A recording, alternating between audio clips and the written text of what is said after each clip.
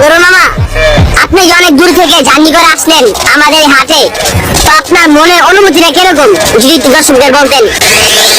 আজকে আমার মন ভালো নেই। তুমি বিয়ের আগে বলনি কি জন্য তুমি এত গরিব?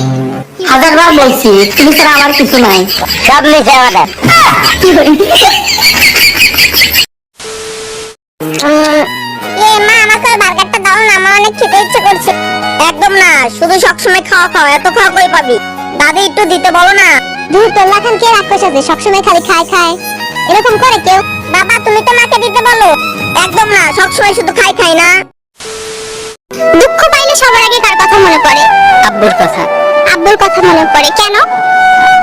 21 বছর বয়সে এসেও আমি আমার জীবন নিয়ে ক্লান্ত, অথচ তিনি 45 বছর বয়সে এসেও আমাকে বলে যে চিন্তা করিস না বাবা, আমি তো আছি।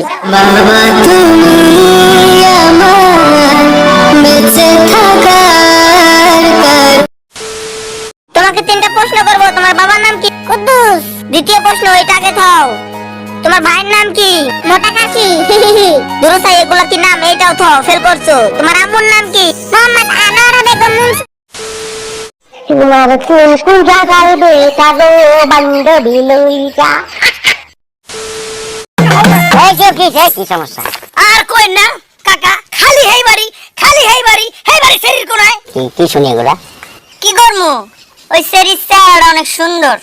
চেহারাটা সুন্দর হইলে মনটা সুন্দর হইব, তোরে কে কইছে? চেহারাটা সুন্দর হইলে মনটা সুন্দর হইব, তোরে কে কইছে? আর যেন ঘুরতে দেখি না তার পিছে।